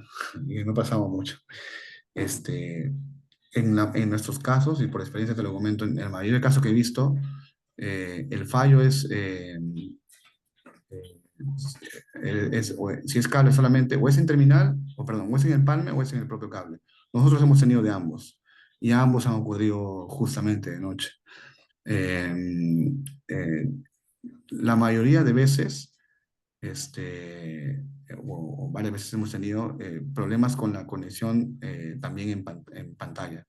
El empalme, muchas veces cuando el problema es en el empalme trata de reconstruir las mismas condiciones del cable, ¿no? Con una semiconductora, darle la continuidad a la pantalla, etcétera. Basta que un accesorio no se monte bien, el problema te lo genera sí o sí. Y eso revienta con carga o sin carga, indistintamente. dependiendo de la condición de cada parque, en algunas zonas hace más frío de noche que en otras, ¿no? En nuestro parque, por ejemplo, teníamos mucho problema de baja temperatura en la noche. Es una zona de casi cerca del Quito, Moquegua, que en la noche es un poco más fría en ciertas temporadas. Solía pasar que ese efecto de enfriamiento, o sea, después de todo el largo día con alta carga, con alto sol, porque un parque solar típicamente es una zona de alta radiación, el terreno calienta mucho también, el cable y sus partes son expuestas a altas temperaturas, generan todo ese efecto de dilatación, pero en la noche generan el efecto contrario, ¿no? A contracción, porque a veces se llegan a enfriar también al límite de la temperatura del terreno, ¿no? 30 grados, 40 grados, o incluso menos. Entonces, de trabajar en 90 o al límite, irse a 40, de prácticamente de un momento a otro, eh, eso puede generar un problema ahí de dilatación, ¿no? En las partes. Si la pantalla no está bien conectada, pues ahí te genera el problema, ¿no? Eh, lo otro es que también los daños eso pasa algo similar en el daño mecánico. Cuando el cable está dañado mecánicamente, también nosotros hemos tenido varios casos donde el cable se golpeó, obviamente no lo vimos hasta que falló, porque los cables son enterrados todos, pero cuando descubrimos y hicimos el forense, se vio el daño puntual en el cable, ¿no? Y se vio en las zonas adyacentes, es común encontrar un aplastamiento, un daño parecido, ¿no? Entonces ya te das cuenta que alguien la ha montado mal ahí, que alguien le ha metido una piedra y luego con la compactación se ha cedido ese aislamiento. Eh, eh, pero justamente o sea, eso es un poco indistinto, ¿no? Te puede fallar en la noche como en el día. Nosotros hemos tenido de ambos casos. Yo, por lo menos en los casos de los empalmes, le veía la más casuística de noche por el tema de las conexiones en pantalla que se terminaban abriendo, ¿no? Perdía la continuidad, hacían el corto y en algún momento eso colapsaba. Entonces, eh, hay de ambos, Cristian, problemas de día como problemas de noche, o sea, no es una Ok, María regla Alberto. Y general, no es una regla una general, última sí. pregunta. No sé si recuerdas Fundación de Enel. Eh, Hace unos días hicimos unas pruebas de resistencia de aislamiento de una tensión de ruptura de 800 voltios, Ujú. pero horas más tarde volvemos a hacer la prueba y la tensión de ruptura ya cambió a 2.8 en un cable LV. ¿Eso por qué sucede también?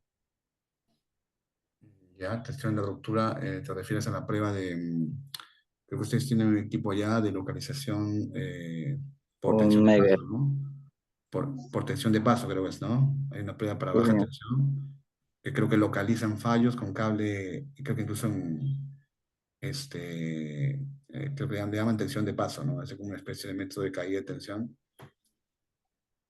Ya, Sí, es en cable de baja tensión, te refieres. sí, en string inverter. O sea, después de la string inverter, entre la string inverter y ¿qué? El centro de transformación, el centro de transformador. Que ahí pueden ser muchas cosas. ¿Ah? O sea, si un cable baja su capacidad de ruptura, es porque o le entró humedad o el aislamiento ya está deteriorado, eh, o porque sufrió un daño en el montaje. O sea, pueden ser varias razones. Eh, Peor en cables de baja tensión. Yo sé que los cables de baja tensión en solar, los cables no tienen tanta protección. O sea, no tienen, por ejemplo, en baja tensión no aplica pantalla. No tienen semiconductora tampoco. O sea, hablamos de niveles de tensión de cables de clase 1 kV, ¿no? O sea, cables que de 400 voltios, 600 voltios y máximo 1 kV. Entonces, eh, esos cables cuando se montan, sobre todo yo he visto en Fundación, en la Loma mucho, en la Loma hubo un problema gordo con esos cables allá en Colombia. Se hace referencia a esos proyectos, ¿no? Del ex Enel, ¿no? Antes trabajaba en Enel. Pero suelen ser muchos problemas de humedad, ¿no? El problema es el cable, yo recuerdo que los cables incluso se dañaban en el carrete mismo y eso también es algo mucho a considerar, ¿no? Se dañaban en el carrete durante el transporte y se montaban así. con un bajo control de calidad, ¿no? Entonces ya luego tienes a tener los problemas, ¿no? Entonces probablemente sea un poco de eso, Cristian. Ok, vale, Alberto, muchísimas gracias. Dale a ti. La última consulta de Paul, ingeniero. ¿Cómo está, ingeniero? Muy buenas noches. Mi consulta es la siguiente. En los cables subterráneos, obviamente, antes de poner en puesta en servicio, usted mencionaba las pruebas de BLF, la cubierta y, y bueno, y ahora la pregunta es, usted también hablaba sobre que tienen en algunos tramos seccionados y tenían unos empalmes. En ese caso, cuando ustedes ya realizaron el empalme, eh, ustedes hicieron las pruebas de descargas parciales y tangente delta. En los cables preparados, ¿te refieres? Y ya cuando ya hicieron los empalmes. Ujú. Ya. En la mayoría de veces solo aplicábamos, o mejor dicho, todas las veces empezamos a aplicar solamente tensión soportada de BLF, ¿no? Eh, Típica prueba de soportabilidad, fuente sinusoidal a 0,1 Hz, eh, máximo 15, 30 minutos exagerando, pues era una prueba de mantenimiento, por 1,4 si no me equivoco, si tengo en la cabeza la tabla de la norma de la 400, eh, a la mayoría de fallos que hemos reparado. Pues. Entonces, nosotros no, uno, que la maleta que teníamos daba justito para meter esos niveles de tensión, incluso en los cables más largos que empezaron a fallar, los cables de 9 kilómetros, incluso más, ya no nos daba el nivel de tensión y metimos tensión soportada hasta 1,1. Pero eso era la condición de la maleta que teníamos, ¿no? Y otra cosa que acotar en nuestro caso, eso empezamos a hacer las primeras veces, pero cuando empezamos a tener tantas fallas en el mismo cable, imagínate probar cada cable después de hacer un empalme, ¿no? Eh, y cada que falla o cada que terminas de reparar, al día siguiente aparece una falla al costado. Entonces hay que volver a probar, volver a probar, volver a probar. Esa, esa, esa validación nosotros ya lo omitimos y la empezamos a hacer de forma periódica. En algún momento conseguimos una maleta de 60 kb para inyectar con la tensión que era apropiada para esa longitud de cable, como les decía, porque necesitas que la capacitancia de la maleta tenga esa capacidad de energía, digamos, para superar la capacitancia del cable. En algún momento lo llegamos a hacer con alguna Power Diagnostic de 60 kb, pero lo hicimos puntual para 2 o 3 circuitos, porque uno que es costoso, eh, y otro que, claro, o sea, no podemos tener, sobre todo el costo, no podemos tener una maleta disponible allí todo el tiempo, salvo que sea nuestra, para probar cada rato en instalación, ¿no? Y lo dicho, o sea, nos tocó hacer tantos empalmes que en muchos casos eh, preferíamos ser más juiciosos en el montaje con el contratista, detallando bien la secuencia, el montaje, todo, con una prueba de aislamiento así a 15 kb máximo. eh, y al final hacíamos las pruebas de aceptación más periódicos, ¿no? Llegamos a hacer en un momento pruebas al mes, ¿no? Porque oye, acumulábamos tantas fallas que no nos convenía por precio ni por tiempo también hacer pruebas a cada falla que podría, ¿no? A cada reparación que teníamos, ¿no? Eso es algo particular de esta instalación, ¿no? Pero la frecuencia que manejamos en un mantenimiento preventivo usual en el parque para ensayos de descargas parciales es de 3 a 5 años. Salvo que tengamos una observación y tengamos que repetir la prueba al año, ¿no? Pero es muy puntual, o sea, acuérdense también que son pruebas costosas, ¿no? Imagínense hacer pruebas a 10 cables, 20 cables, porque el costo es por cable, ¿no? Son 3 cables por terna. Típicamente tienes 10 circuitos o más. Entonces, siempre y cuando valga la pena, ya merita hacerlo, ¿no? ¿No? Ya, y la última pregunta, justo ahí en descargas parciales, bueno, nosotros evaluamos en 3 puntos, los que son las superficiales, las internas y las coronas. Ahí viene mi pregunta.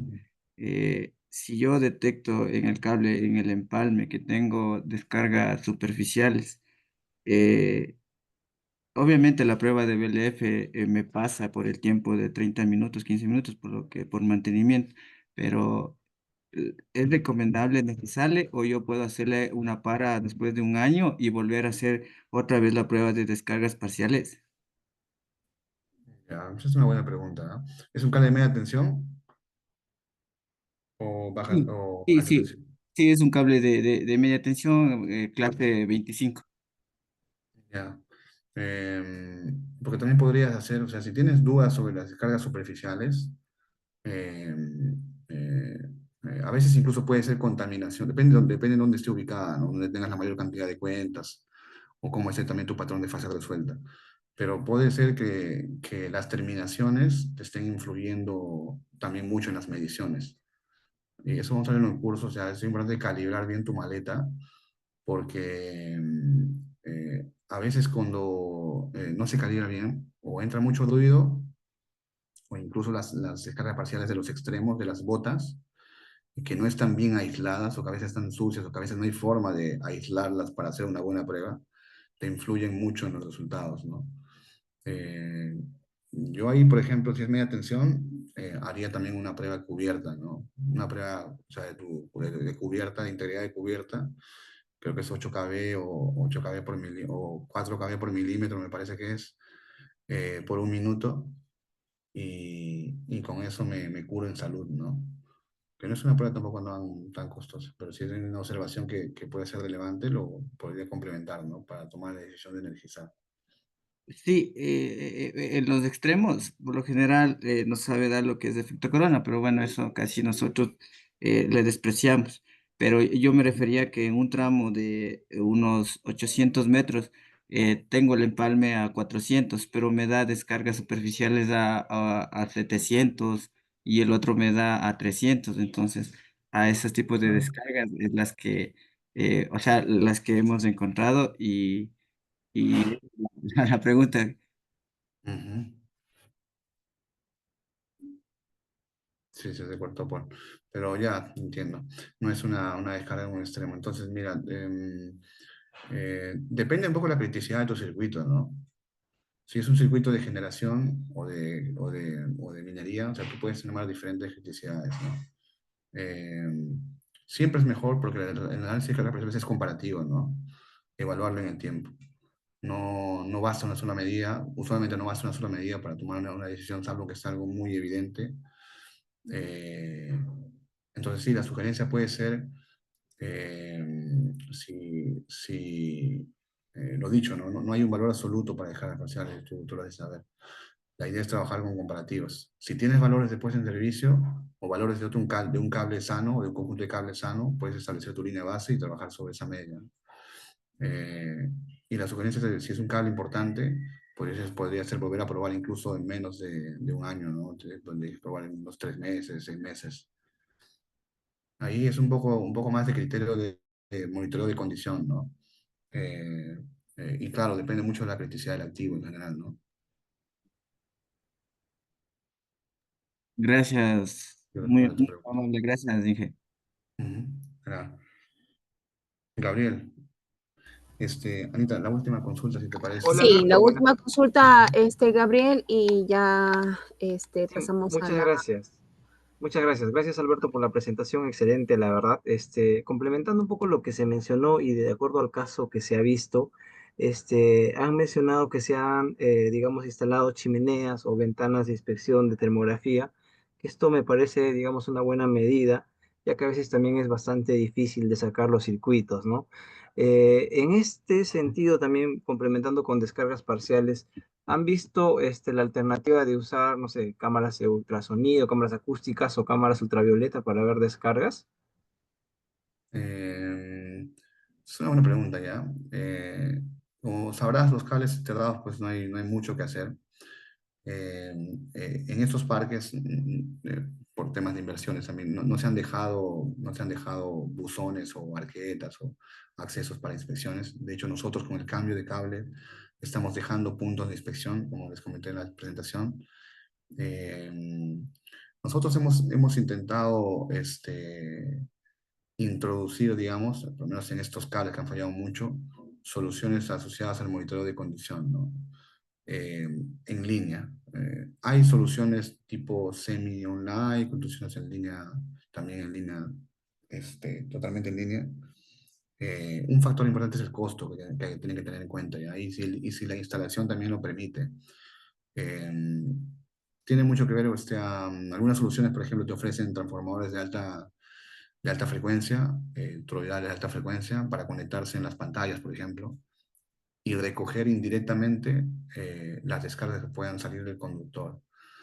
Pero eso tiene también sus pros y sus contras, ¿ya? Porque necesitas montarlo, imagínate montarlo en un cable, está bien.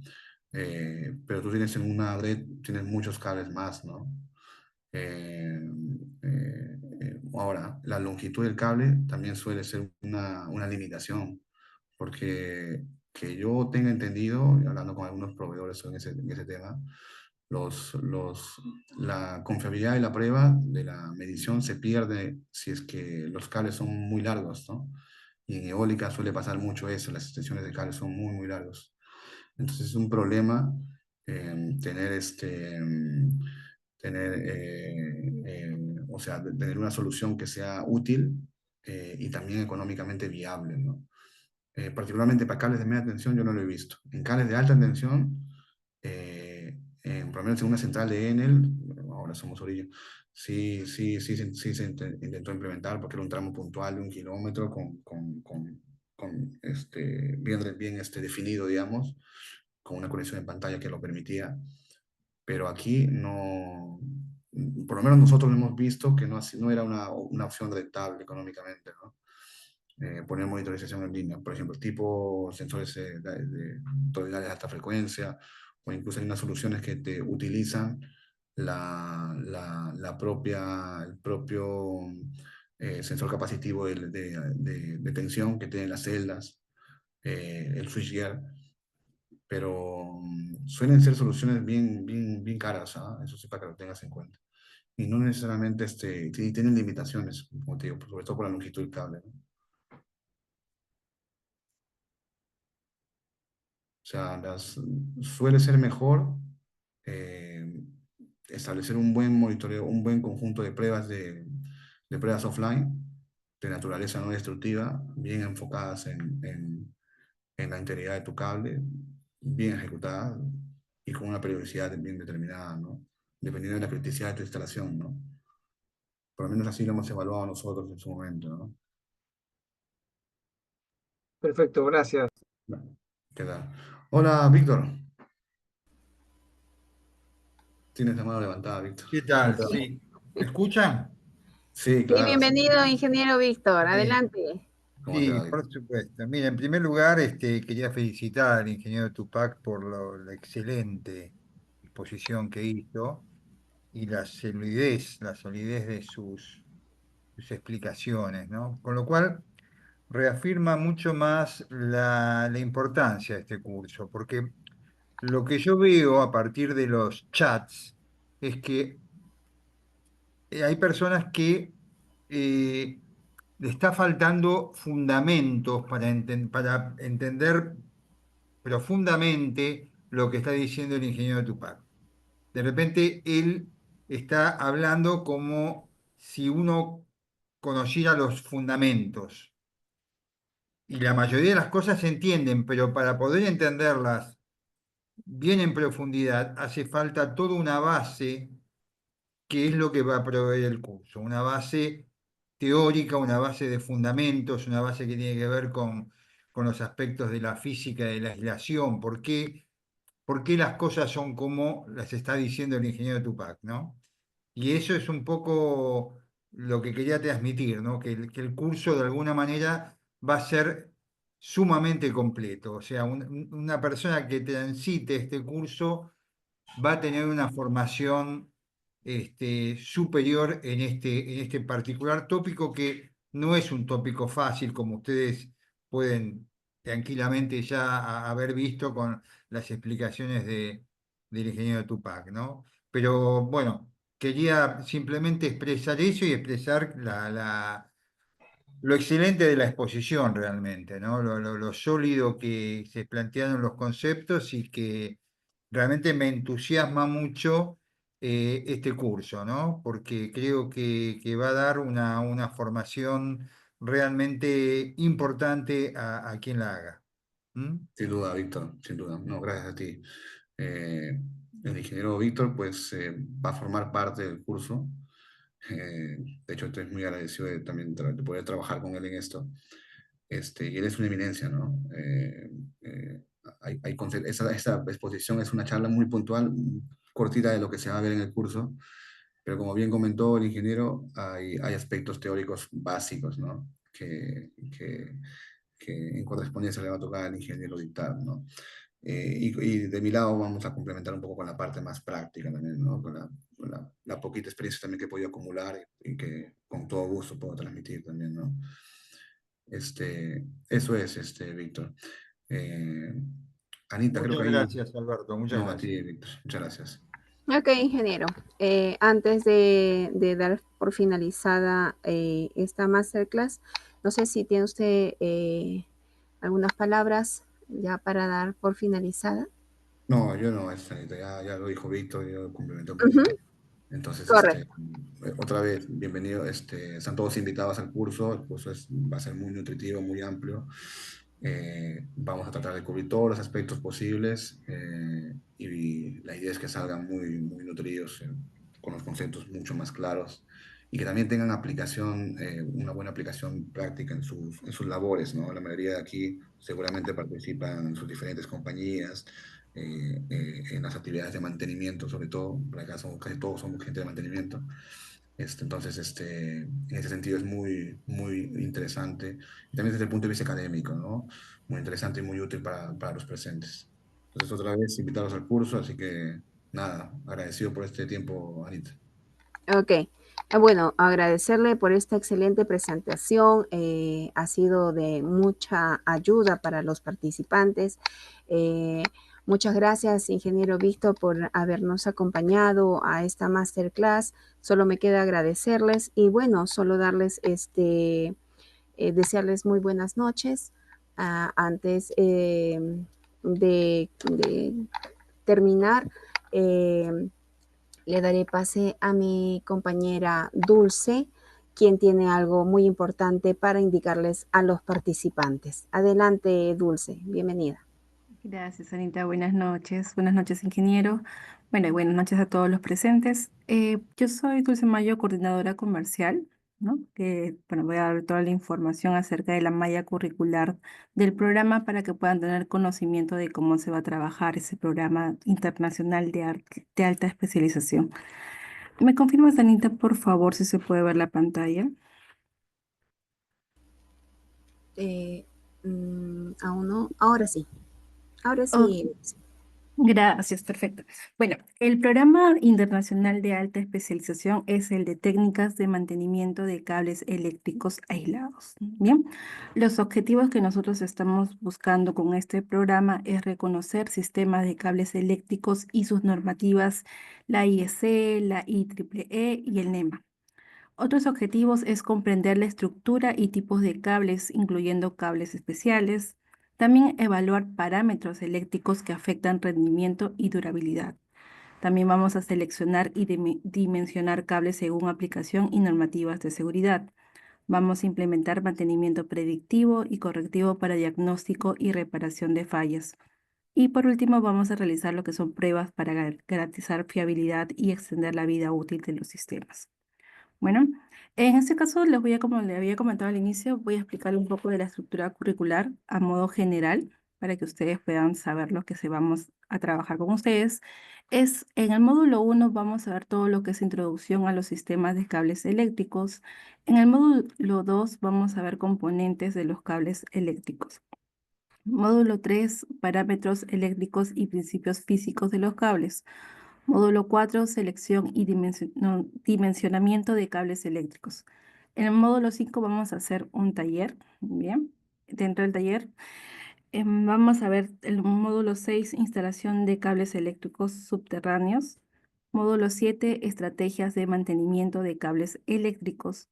Módulo 8, tecnologías avanzadas en sistema de cables eléctricos.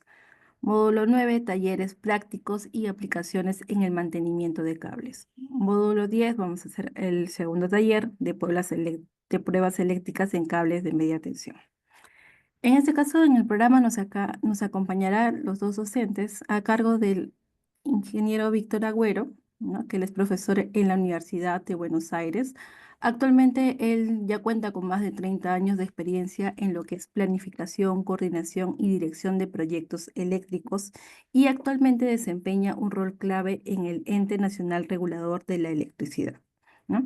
Y también nos va a acompañar el ingeniero Alberto Tucap, ¿no? Él cuenta con más de 13 años de experiencia en generación renovable, hidro, eólica y solar, ¿no? Y también lo que son sistemas de transmisión hasta 500 kilovoltios. Actualmente trabaja en Origen como Technical Support Specialist, OEM, donde lidera estrategias de operación y mantenimiento en generación renovable. Algo más del programa es que es totalmente online con clases en vivo, dura 3 meses, son 54 horas que vamos a trabajar dentro del programa. Los días de estudios van a ser los días lunes y miércoles a las 20 horas hasta las 22 horas, hora Perú, Colombia y Ecuador. Este programa tiene como certificación especialista senior en mantenimiento de cables eléctricos aislados.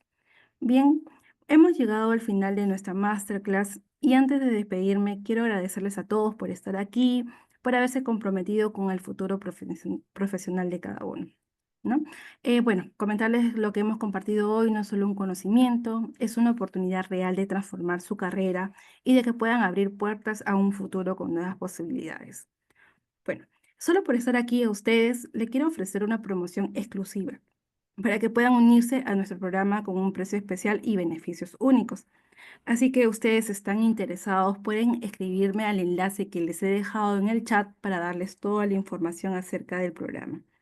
Bueno, chicos, eso sería todo de mi parte. Agradecerles nuevamente por su presencia aquí en esta masterclass y también agradecerte, Anita, a ti y el ingeniero presente. Ok, muchas gracias, compañera Dulce. Como ya lo dijo bien, se emitió un link en donde pueden solicitar más información acerca del Programa Internacional de Especialización Técnicos en Mantenimiento de Cables Eléctricos Aislados. Con respecto a los certificados de esta masterclass, se enviará en un lapso no mayor a 10 días hábiles.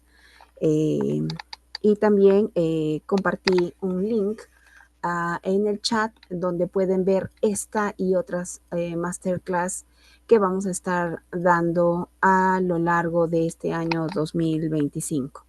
Nada, solo agradecerles. Ha sido un gusto poder acompañarles el día de hoy a esta masterclass. Bueno, recuerden que quedan pocas vacantes para esta gran especialización. Conmigo será hasta una nueva oportunidad. Gracias por su gentil asistencia y nos vemos en el inicio de este programa que se dará este 17 de febrero. Muchísimas gracias a cada uno de ustedes. Muy buenas noches.